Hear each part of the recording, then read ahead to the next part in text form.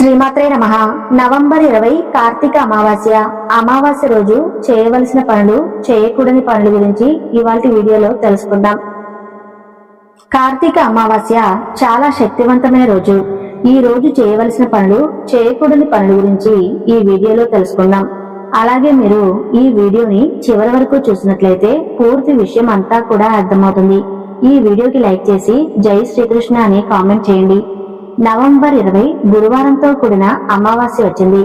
ఎప్పుడైనా సరే అమావాస్య తిథి గురువారంతో కలిసి వస్తే చాలా శక్తివంతమైన రోజుగా పండితులు చెబుతూ ఉన్నారు. గురువారంతో కూడిన అమావాస్య రోజు కొన్ని పరిహారాలు పాటిస్తే జన్మ జన్మల పాపాలు, దోషాలను తొలగింప చేసుకోవచ్చని ఆధ్యాత్మిక పండితులు చెబుతున్నారు.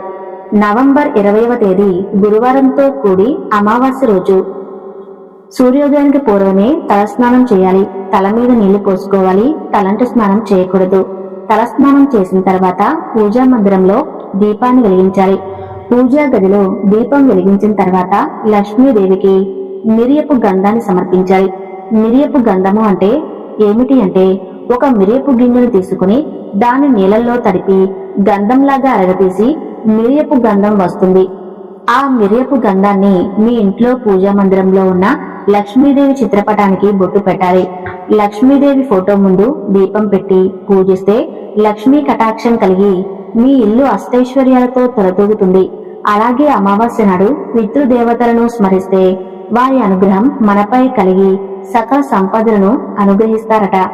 అలాగే పూజ చేసుకున్నాక అంటే దీపం పెట్టిన తర్వాత మీ గృహంలో ఏదో ఒక మూల గాజు గ్లాసు పెట్టి ఆ గాజు గ్లాసులో నీళ్లు పోసి ఆ నీళ్లలో రాళ్ల ఉప్పు కలపాలి. రాళ్ల ఉప్పు కలిపిన గాజు గ్లాసు నీటిని హాల్లో గుమ్మానికి ఒక మూల లోపల వైపు పెట్టాలి. గురువారం అమావాస్య రోజు అలాగే ఉంచి మరుసటి రోజు ఆ నీళ్లను ఎక్కడైనా చెట్టు మొదట్లో పోయాలి. ఇలా చేస్తే ఇంట్లో ఉన్న నెగిటివ్ ఎనర్జీ మొత్తం బయటకు పోతుంది. కుటుంబ కలహాలన్నీ తొలగిపోతాయి. అమావాస్య రోజున బియ్యపిండిలో పంచదార కలిపి చీమలకు ఆహారంగా వేయండి. ఇలా చేయటం వలన మన పూర్వీకుల ఆశీర్వాదాలను పొందవచ్చు. వారి ఆశీస్సులతో మన కోరిన కోరికలు నెరవేరుతాయి.